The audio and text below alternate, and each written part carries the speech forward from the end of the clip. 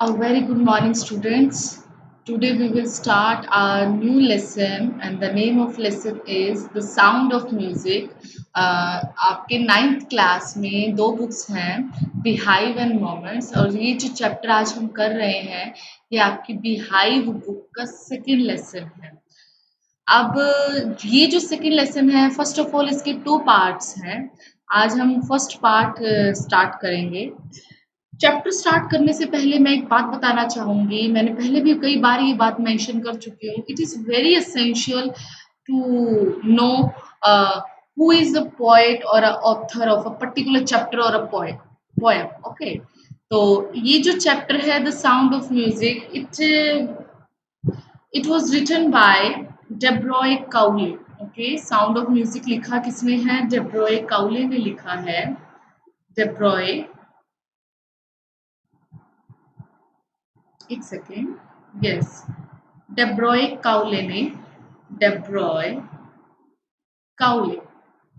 Okay, chapter का अगर title देखें, जो फर्स्ट पार्ट है the sound of music, that means इस चैप्टर के अंदर म्यूजिक का रेफरेंस हमें मिलेगा। म्यूजिक के बारे में बताया गया है, म्यूजिक के साउंड के बारे में बताया गया है। बट म्यूजिक किससे कोरिलेट किया गया, किससे एसोसिएट किया गया, ये कंप्लीट नॉलेज हमें तभी मिल पाएगी अगर इस चैप्टर को हम लाइन टू लाइन रीड करते हैं। ओके, तो फर्स्ट ऑफ ऑल चैप्टर के अंदर जो मेन करेक्टर है वो है एवेलिन ग्लैने।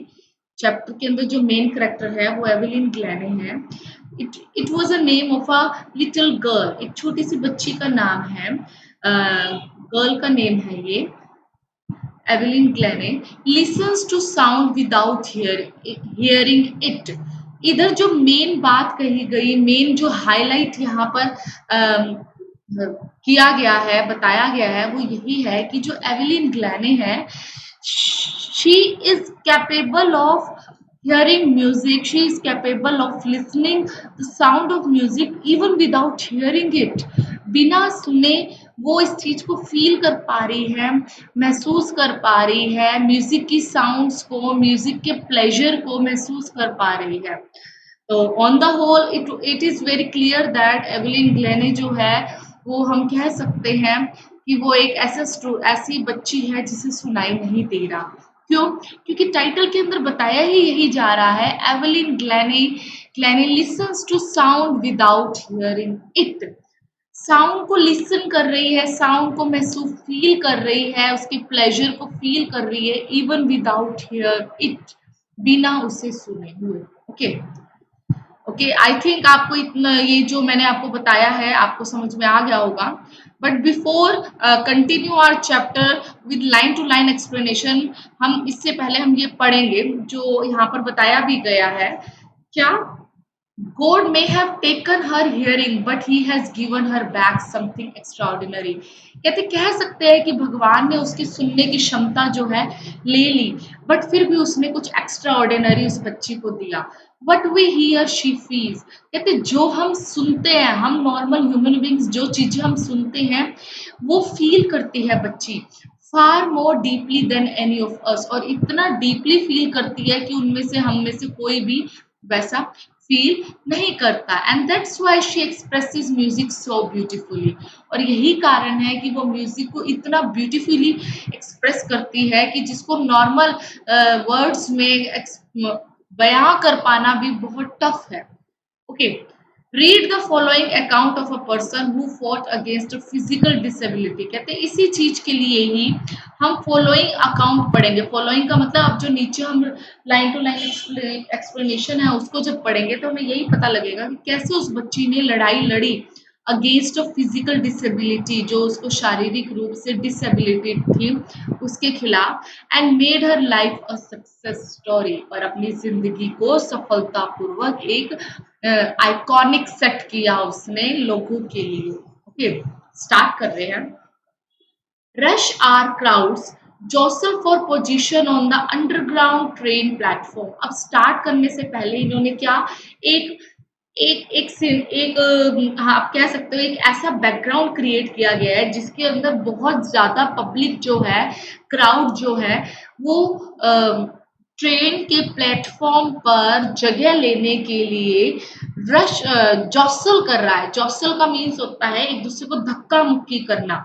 जॉसल का मतलब क्या होता है, यहाँ पे लिखा भी हुआ है, पुश रफली, एक दूसरे को धक्का देना।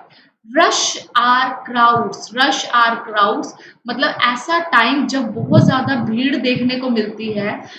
क्राउड का मतलब होता है भीड़ देखने को मिलती है, किस लिए, और धक्का धक्का मुक्की चल रही है फॉर पोजीशन, जगह लेने के लिए, सीट लेने के लिए on the underground train platform.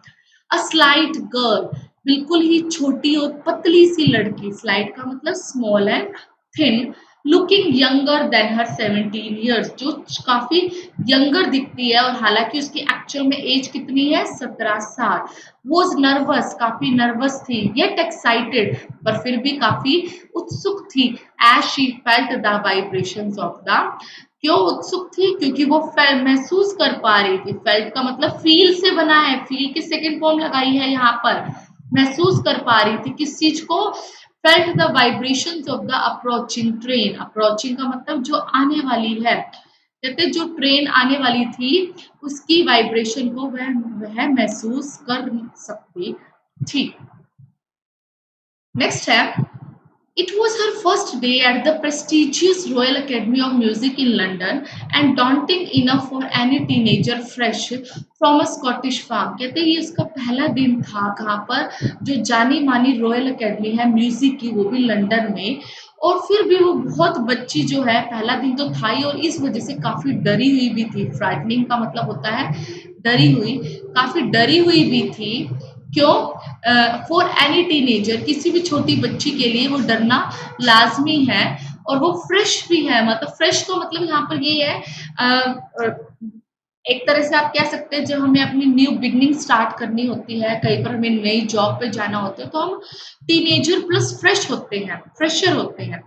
From a Scottish farm, और कहाँ से वो बिलोंग करती है, स्कॉटिश फार्म से। But this aspiring musician, aspiring का मतलब है जो बनने वाली है, म्यूजिशियन। एस्पायरिंग टीचर भी कह सकते हैं, एस्पायरिंग डॉक्टर भी बोल सकते हैं।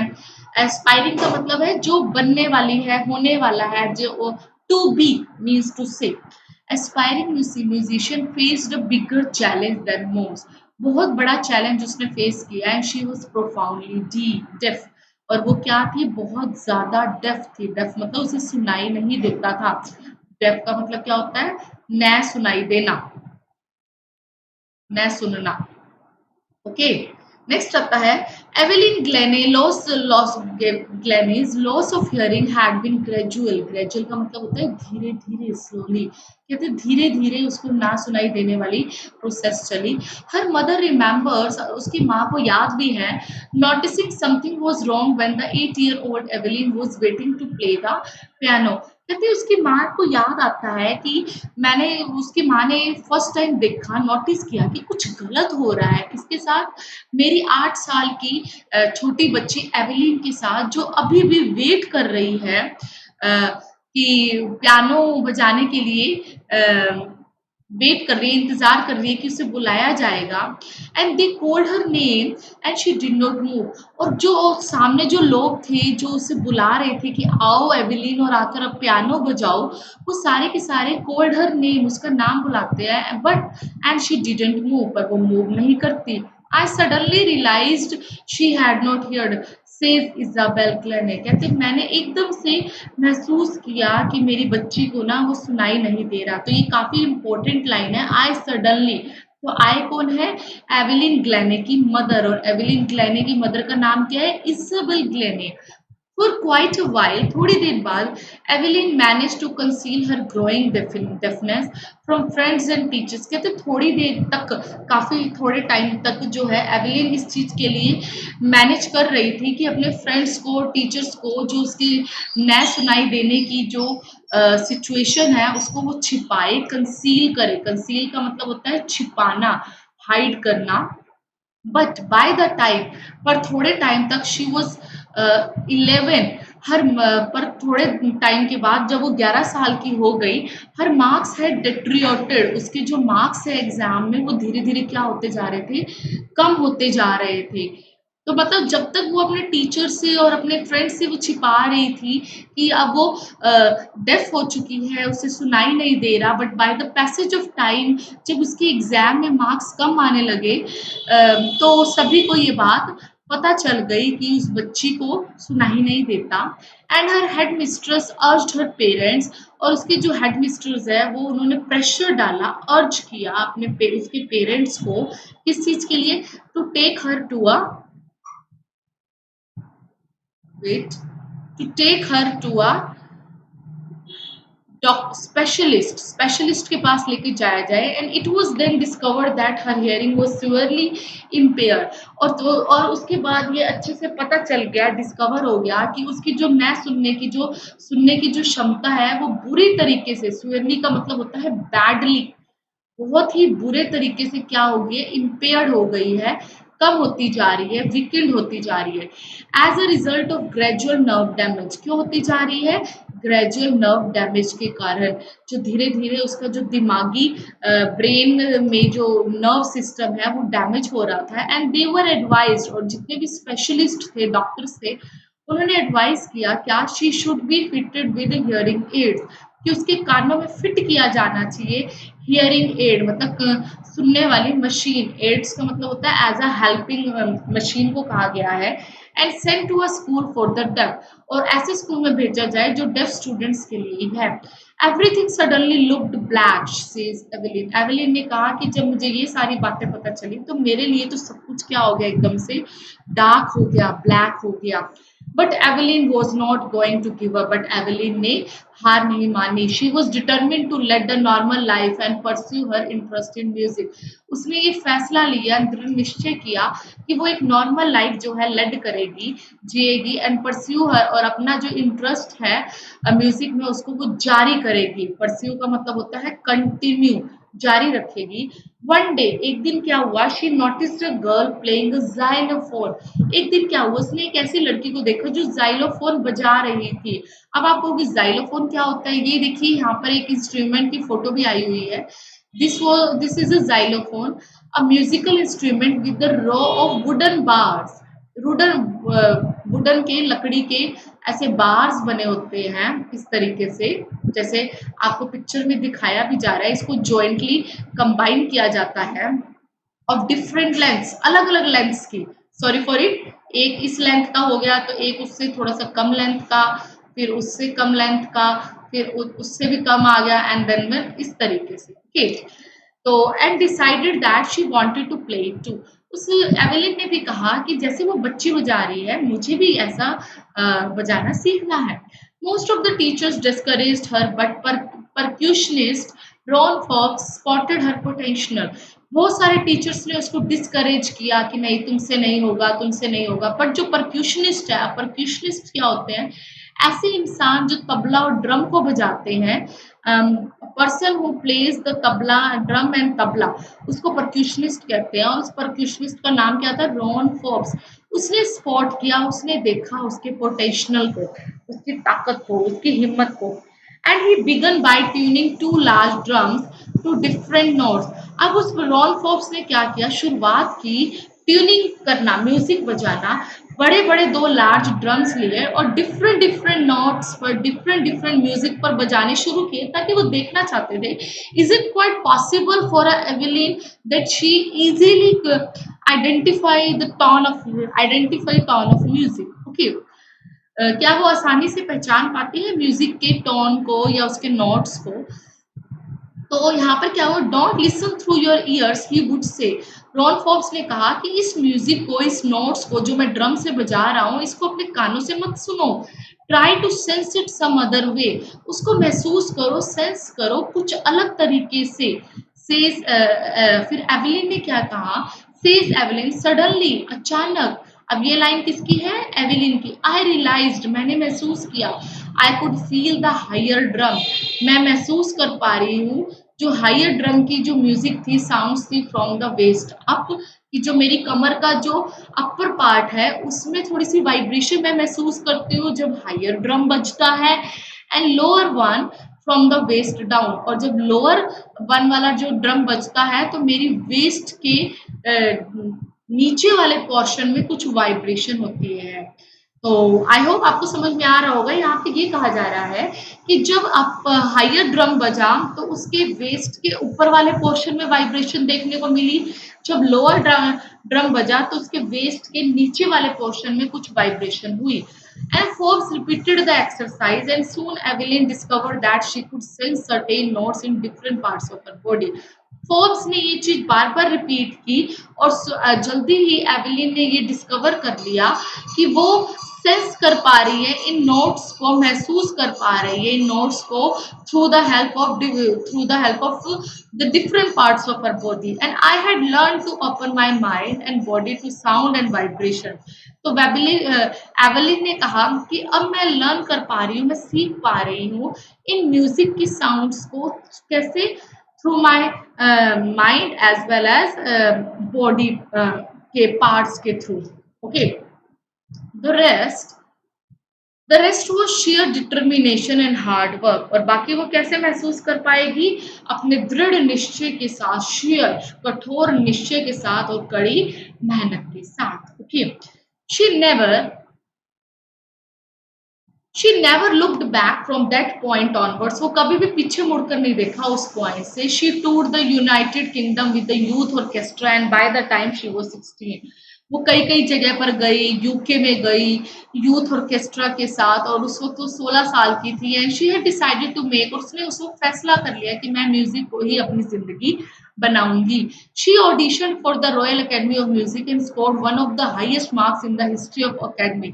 उसने ऑडिशन दिया इस अकेडमी के लिए, रॉयल अकेडमी के लिए, जो कि लंदन में है, और उसमें सबसे अच्छे हाईएस्ट मार्क्स गेन किए। And she gradually moved from orchestral work to solo performances. और धीरे धीरे, ग्रेजुअली का मतलब होता है धीरे धीरे, वो मूव कर गई। जो वो ग्रुप में काम करती थी वो किस पे आ गई, सोलो परफॉर्मेंसेस में। और आखिर में क्या हुआ, हर 3-year course she had captured most of the top awards. और आखिर में जब उसका 3 साल का ये जो कोर्स था जो रॉयल अकेडमी ऑफ म्यूजिक से वो कर रही थी, उस दौरान उसने अधिकतर टॉप अवार्ड्स जो हैं कैप्चर कर लिए थे, ले लिए थे। एंड फॉर ऑल दिस, और इन सब कारण से, Evelyn won't accept any hint of heroic achievement. कहते हैं कि इफ, और इन्हीं सब से ना, ऐसा नहीं है कि उसने हेरोइक अचीवमेंट को बिना एक्सेप्ट किए वो पीछे रही हो। उसने ये कहा, इफ यू वर्क हार्ड, अगर तुम कड़ी मेहनत करते हो, and know where you are going you will get there, और तुम्हें पता है कि तुम्हें कहाँ जाना है, that means you will get there, तो तुम वहां पर जाओगे और हासिल कर सकोगे। And she got right to the top, and मतलब बिल्कुल टॉप तक पहुंच सकते हो। The world's most sought after multi percussionist with the mastery of some 1000 instruments and hectic international schedule. और उसने क्या किया, इतने टॉप पोजीशन पे पहुंची कि जहाँ पे मल्टी डिफरेंट परकशनिस्ट थे with the mastery of thousands instruments, जो बहुत अच्छे अच्छे इंस्ट्रूमेंट्स, काफ़ी इंस्ट्रूमेंट्स, हजारों की तादाद के इंस्ट्रूमेंट्स बजा सकते थे। और उनका जो इंटरनेशनल शेड्यूल था काफ़ी हेक्टिक था। उस लेवल तक के परकशनिस्ट के करीब वो बच्ची पहुंच गई। ओके, इट इज इंट्रीग्यूइंग होता है अट्रैक्टिंग, फैसिनेटिंग, क्यूरियस, जिज्ञासा, आकर्षित करना। कहते काफी आकर्षित करना था। To watch Evelyn function so effortlessly without hearing, कि जो एवेलिन है वो इस तरीके से काम कर रही थी, एफर्टलेसली काम कर रही थी कि बिना, इवन देन वो सुनाई भी नहीं देता था, फिर भी एफर्टलेसली वो काम कर रही थी, बिल्कुल आराम से वो हर सिचुएशन, हर स्टेज को वो पार कर रही थी।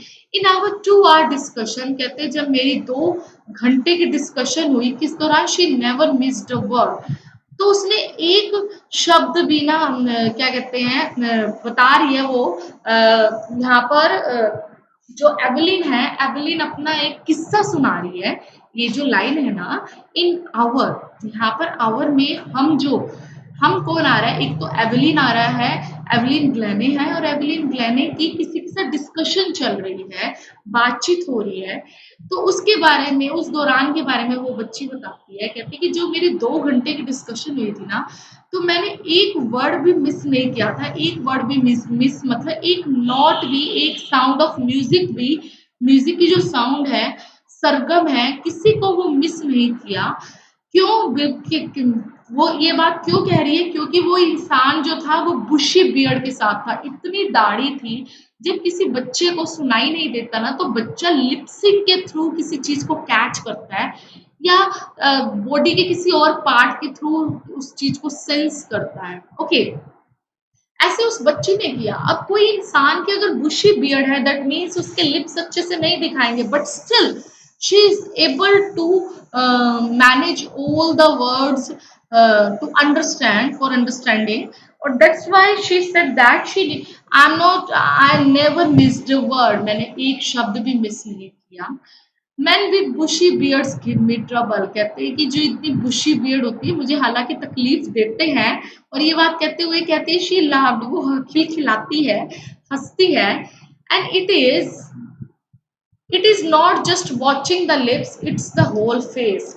कहते कि मैं सिर्फ उसके लिप्स ही नहीं देख रही थी, सब कुछ उस देखती थी उस इंसान का, स्पेशली द आईज, आंखों तक को भी मैं सेंस करती थी, महसूस करती थी, एनालिसिस करती थी, जज करती थी। And she speaks flawlessly with the Scottish lilt, और वो बच्ची अपने स्कॉटिश लिल्ट लहजे के साथ और वे ऑफ स्पीकिंग के साथ इतना बढ़िया बोल जाती थी। और वो क्या कहती थी, माई स्पीच इज क्लियर, मेरी आवाज बिल्कुल साफ है। क्यों? Because I could hear till I was 11, कहते मेरी आवाज इसलिए साफ है, हर स्कॉटिश लहजे को, डायलेक्ट को मैं इसलिए साफ बोलती हूँ, नीट एंड क्लीन बोलती हूँ, क्योंकि अगर मुझे नहीं सुनाई देना स्टार्ट भी हुआ तो वो 11 ईयर की एज में था। हालांकि 8 ईयर से रिकॉग्नाइज हो गया था, पहचान लिया गया था, पर जो डिटरियोरेटेड हो रहा था, धीरे धीरे कम होने की मेरी क्षमता, सुनने की क्षमता, एग्जैक्ट 0 पर कब आकर खत्म हुई, 11 साल की उम्र में। ओके, तो तब तक उसका स्कॉटिश टिल्ट उसने बहुत अच्छे से अडॉप्ट कर लिया था, ले लिया था। But that doesn't explain how she manage to learn French. पर इस बात से हमें ये नहीं पता चला कि उस बच्ची ने कैसे मैनेज किया था French and master basic Japanese. पर फिर भी वो बच्ची स्कॉटिश लिल्ट तो सीखी, बट फिर भी हमें नहीं पता कि कैसे उसने मैनेज किया फ्रेंच और जापानीज एक्सेंट को सीखने का भी। Okay, as for music she explains, music के लिए वो बच्ची क्या कहती है, it pours in through every part of my body, कहते मेरी बॉडी के हर हिस्से में म्यूजिक बसा हुआ है।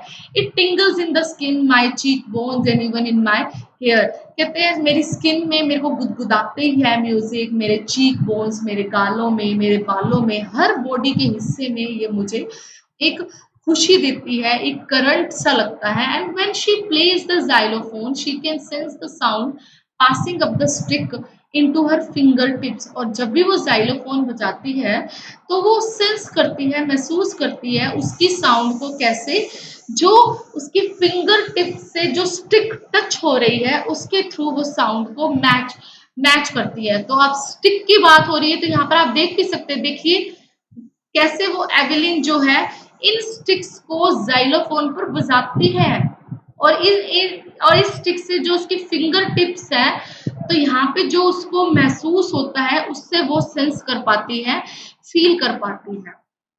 Okay, by leaning against the drums, leaning का मतलब होता है झुकना, लीनिंग का मतलब होता है बेंड डाउन, झुकना। तो यहाँ पे क्या कहा गया है, by leaning against the drums, drum से झुककर she can feel the resonance flowing into her body, वो फील कर पाती थी उसकी रेजोनेंस को, साउंड, म्यूजिक की साउंड को जो फ्लो करता था उसकी बॉडी में भी। एक तरह से जब ड्रम बजता था ना, तो ड्रम के लिए भी वो बच्ची बेंट हो जाती थी, और बेंट होकर झुककर उस ड्रम की साउंड को महसूस करती थी। और ऑन अ वुडन प्लेटफॉर्म, और लकड़ी के प्लेटफॉर्म में बच्ची क्या करती थी, शी रिमूव्स हर शूज, अपने शूज हटा देती थी, ताकि the vibration, so that the vibration pass through her bare feet, ताकि जो वाइब्रेशन है मेरे नंगे पैरों के थ्रू से पास हो एंड अप हर लेग्स, और पास करके उसके टांगों तक वो महसूस किए जा सके ताकि वो इजिली उस म्यूजिक की साउंड को फील कर पाए। नॉट सरप्राइजिंगली, कहते बिल्कुल भी हैरानी नहीं होती कि एवेलिन डिलाइट्स हर ऑडियंसेस, कि एवेलिन बड़ी खुशी देती थी, डिलाइट करती थी, एंजॉय देती थी अपनी ऑडियंसेस को। और 1991 में क्या हुआ, she was presented with the Royal Philharmonic harmonic society's prestigious soloist of the year award, और 1991 में उसको अवार्ड मिला सोलोलिस्ट का। एंड सेज मास्टर परक्यूशनिस्ट, और ये बात किसने, और सेज, और जो एक और परक्यूशनिस्ट का जिक्र हुआ, एक तो रॉन फोर्ब्स का हुआ था, और जेम्स ब्लेड्स क्या कहते हैं जो तबला वादक हैं, God may have taken her hearing, but he has given her back something extraordinary. कहते भगवान ने उससे हियरिंग कैपेसिटी ले ली बट फिर भी उसको एक्स्ट्रा ऑर्डिनरी दे दिया। What we hear she feel, जो कुछ हम सुनते हैं वो महसूस करते हैं। आप स्टूडेंट्स को याद हो तो ये लाइन मैंने स्टार्टिंग में पढ़ी थी, तो इट मीन्स ये लाइन्स कही किसने है, जेम्स ब्लेड्स ने, जो कि मास्टर परक्यूशनिस्ट है, तबला वादक है। That is why she expresses music so beautifully. तभी तो वो म्यूजिक को बड़े ही सुंदर तरीके से एक्सप्रेस करते हैं। एवेलिन कन्फेसेस दैट, एवेलिन इस चीज को एक्सेप्ट करती है, कन्फेस करती है, स्वीकार करती है, क्या, accept. She is something of a workaholic. She is something, workaholic का मतलब होता है कि ऐसे पर्सन जो दिन रात काम करता रहता है, कड़ी मेहनत करता है, कोल्लू के बैल की तरह। I have just got to work, often harder than classical musician. कहते कि वो बच्ची कहती है कि वो ऐसी है जो दिन रात काम करने वाली है, और I have just got to work, और मुझे काम ही करना है। often harder, कई बार वो म्यूजिक काफी टफ भी होता है अगर क्लासिकल म्यूजिशियन के जरिए से देखा जाए, नजरिए से देखा जाए, but the rewards are enormous, पर जो उसने इनाम लिए, रिवॉर्ड्स लिए, प्राइज लिए, वो काफी बिग है, जिसकी काउंट भी नहीं किया जा सकता है। Apart from the regular concerts, और इसके अलावा जो रेगुलर कंसर्ट्स पे जाती थी, कॉन्सर्ट्स पे जाती थी, जो फंक्शंस होते थे, कॉन्सर्ट्स होते हैं म्यूजिक के जो फंक्शंस होते थे, ठीक है। Evelyn also gives free concerts, और फ्री कॉन्सर्ट्स देती थी वो जेल में, प्रिजन्स का मतलब होता है जेल में फ्री कॉन्सर्ट्स देती थी, हॉस्पिटल में फ्री देती थी। And she also gives high priority to classes for young musicians, और वो जो यंग म्यूजिशियंस हैं जो अभी सीख रहे हैं म्यूजिक, उनको भी वो ज्यादा प्रायोरिटी देती थी, और उनको भी वो फ्री क्लासेस देती थी। एंड रिचलिन, अब यहाँ पर एक और अब किसका जिक्र हो रहा है, Ann Richlin of the Beethoven funds for deaf children says, एक एंड रिचलिन एक और पर्सन का जिक्र हुआ है। एंड रिचलिन कौन है, एक संस्था है, संस्था का नाम क्या है, बीटहोवन फंड्स, और वो बीटहोवन ये जो संस्था है किसके लिए है, ना सुनाई देने वाले बच्चों के लिए, डेफ चिल्ड्रन के लिए, उनके लिए। एंड रिचलिन क्या कहती है कि जो एवेलिन ग्लैने है, she is a shining inspiration for deaf children, वो तो चमकता हुआ प्रेरणा का स्तोत्र है डेफ चिल्ड्रन के लिए। And they see that there is nowhere that they can not go, और क्या कहते हैं, और यहाँ पर ये भी कहा गया कि ऐसी कोई जगह नहीं है जहाँ पर ये बच्चे नहीं पहुंच सकते, हर जगह पर ये बच्चे पहुंच सकते हैं, सक्सेस ले सकते हैं। तो नेक्स्ट आ रहा है, Evelyn Glennie has already accomplished more than most people twice her age. Evelyn Glennie ने उतना टाइम अकम्प्लिश कर लिया, कंप्लीट कर लिया, जितना अधिकतर लोग करते हैं। कैसे, अपनी उम्र से ट्वाइस, दुगना टाइम वहाँ पे स्पेंड कर जाना, ट्वाइस हर एज, मतलब अपनी उम्र, जैसे वो 17 साल की उम्र में हुई, एकदम परफेक्ट हो गई थी म्यूजिशियन की के लिए, तो अराउंड 34 एज तक उसने एक तरह से बहुत ज्यादा प्रसिद्धि पर फेमस हो चुकी थी Evelyn Glennie. And she has brought percussion to the front of the orchestra. Evelyn Glennie ही एक ऐसी बच्ची थी, लड़की थी, जो परक्यूशन को, तबला, ड्रम या जितना भी तबला बजता है उसको वो फ्रंट में लेकर आई ऑर्केस्ट्रा के, जो कि हमेशा पीछे बैठा करते थे, पीछे रहा करते थे, और एविलिन ही थी जो उनको फ्रंट में लेकर आई एंड डेमोन्स्ट्रेटेड दैट, और प्रदर्शन किया। डेमोन्स्ट्रेट का मतलब होता है शो किया, बताया, जताया क्या। It can be very moving कि ये जो परक्यूशन है ये काफी आगे तक जा सकता है। And she has given inspiration to those who are handicapped. Evelyn Glennie ने उस हरेक को इंस्पिरेशन दी जो हैंडीकैप्ड है। People who look to her and say, कहते हैं कि जो लोग भी उस बच्ची की तरफ देखते, उस लड़की की तरफ देखते, तो क्या कहते हैं, if she can do it, अगर ये बच्ची कर सकती है, आई कैन, तो मैं भी तो कर सकता हूँ। तो हैंडीकैप्ड का मतलब यहाँ पर ये है कि डेफनेस से नहीं है। हैंडीकैप्ड कई ऐसे भी होते हैं जो चल नहीं सकते, बैठ नहीं सकते, तो वो लोग कहते हैं कि जब ना सुनने वाली बच्ची एक तबला अच्छा बजा सकती है, तबले को महसूस कर सकती है, उसके साउंड को महसूस कर सकती है, तो एंड नॉट द लिस्ट, और यही नहीं, she has given enormous pleasure to millions. और ये बच्ची तो ऐसी है कि इसने इतना ही काम नहीं किया, बल्कि इनॉर्मस, विशाल काय, बिग, ह्यूज, विशाल काय, उसने क्या किया, खुशी भी दी हजारों करोड़ों लोगों को। प्लेजर का मतलब होता है खुशी, मिलियंस, मिलियंस हजारों करोड़ों अरबों लोगों को उसने खुशी भी दी। ओके, तो इस तरीके से हम देखते हैं कि इस चैप्टर के, इस पार्ट के अंदर कंप्लीट एवलिन ग्लैनी के बारे में बताया गया, उसकी अचीवमेंट, उसकी सक्सेस, उसका कॉप अप करना सिचुएशन के साथ जो डिफरेंट डिफरेंट आई थी, जब उसको डेफनेस का पता लगा, अपनी इन डिसेबिलिटी का पता लगा, बट स्टिल वो उसने अपनी करेज को पीछे नहीं छोड़ा, उसने अपनी कवर्डाइज शो नहीं की, वो कायर बच्ची नहीं बनी, बल्कि ब्रेवली उसने सिचुएशन को फेस किया and she becomes iconic for the public and gives a enormous pleasure to the millions. Okay, I hope आप सब स्टूडेंट्स को ये चीज समझ में आ गई होगी। अदरवाइज फिर भी कोई क्वेरीज है आप इजीली मुझसे पूछ सकते हैं। Okay students, thank you, thanks a lot.